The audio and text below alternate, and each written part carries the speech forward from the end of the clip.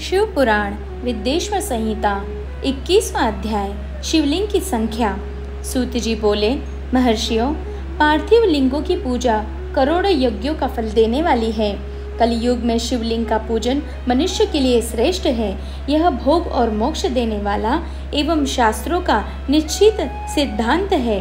शिवलिंग 3 प्रकार के हैं, उत्तम, मध्यम और अधम। 4 अंगुल ऊंचे वेदी से युक्त सुंदर शिवलिंग को उत्तम शिवलिंग कहा जाता है। उससे आधा मध्यम तथा मध्यम से आधा अधम कहलाता है। ब्राह्मण, क्षत्रिय, वैश्य तथा शूद्रों को वैदिक उपचारों से आदर पूर्वक शिवलिंग की पूजा करनी चाहिए। ऋषि बोले, हे सूत जी, शिव जी के पार्थिव लिंग की कुल कितनी संख्या है? सूत जी बोले, हे ऋषियों, पार्थिव लिंग की संख्या मनोकामना पर निर्भर करती है। बुद्धि की प्राप्ति के लिए सद्भावना पूर्वक 1000 पार्थिव लिंग का पूजन करें। धन की प्राप्ति के इच्छुक 1500 शिवलिंगों का तथा वस्त्र प्राप्ति हेतु 500 लिंग का पूजन करें।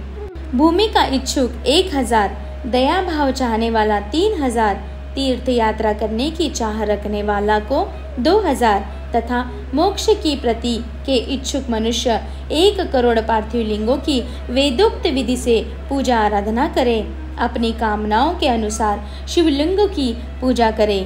पार्थिव लिंगों की पूजा करोड़ों यज्ञों का फल प्रदान करने वाली है तथा उपासक को भोग और मोक्ष प्रदान करती है।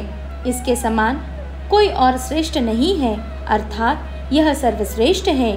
शिवलिंग की नियमित पूजा अर्चना से मनुष्य सभी विपत्तियों से मुक्त हो जाता है।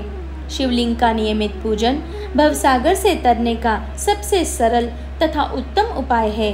हर रोज शिवलिंग का पूजन वेदोक्त विधि से करना चाहिए। भगवान शंकर का नैवेद्यान्त पूजन करना चाहिए।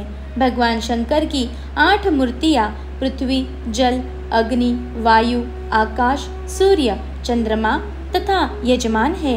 इसके अतिरिक्त शिव, भव, रुद्र, उग्र, भीम, ईश्वर, महादेव तथा पशुपति नामों का भी पूजन करें। अक्षत, चंदन और बेल पत्र लेकर भक्ति पूर्वक शिव जी का पूजन करें तथा उनके परिवार जिसमें ईशान, नंदी, चंड, महाकाल, भृंगी, वृष, स्कंद, कबदीश्वर, शुक्र तथा सोम है का 10 दिशाओं में पूजन करें। शिव जी के वीरभद्र और कीर्तिमुख के पूजन पश्चात 11 रुद्रों की पूजा करें।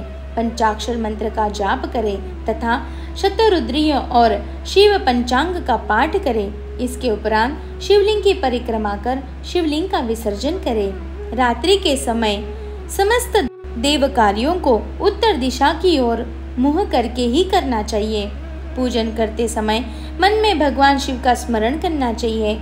जिस स्थान पर शिवलिंग स्थापित हो वहाँ पूर्व, पश्चिम और उत्तर दिशा में न बैठे, क्योंकि पूर्व दिशा भगवान शिव के सामने पड़ती है और इष्ट देव का सामना नहीं रोकना चाहिए। उत्तर दिशा में शक्ति स्वरूपा देवी उमा विराजमान रहती है। पश्चिम दिशा में शिव जी का पीछे का भाग है और पीछे से पूजा नहीं करी जा सकती। इसीलिए दक्षिण दिशा में उत्तराभिमुख होकर बैठना चाहिए। शिव के उपासकों को भस्म से त्रिपुंड लगाकर रुद्राक्ष की माला, बेलपत्र आदि लेकर भगवान का पूजन करना चाहिए। यदि भस्म ना मिले तो मिट्टी से ही त्रिपुंड का निर्माण करके पूजन करना चाहिए।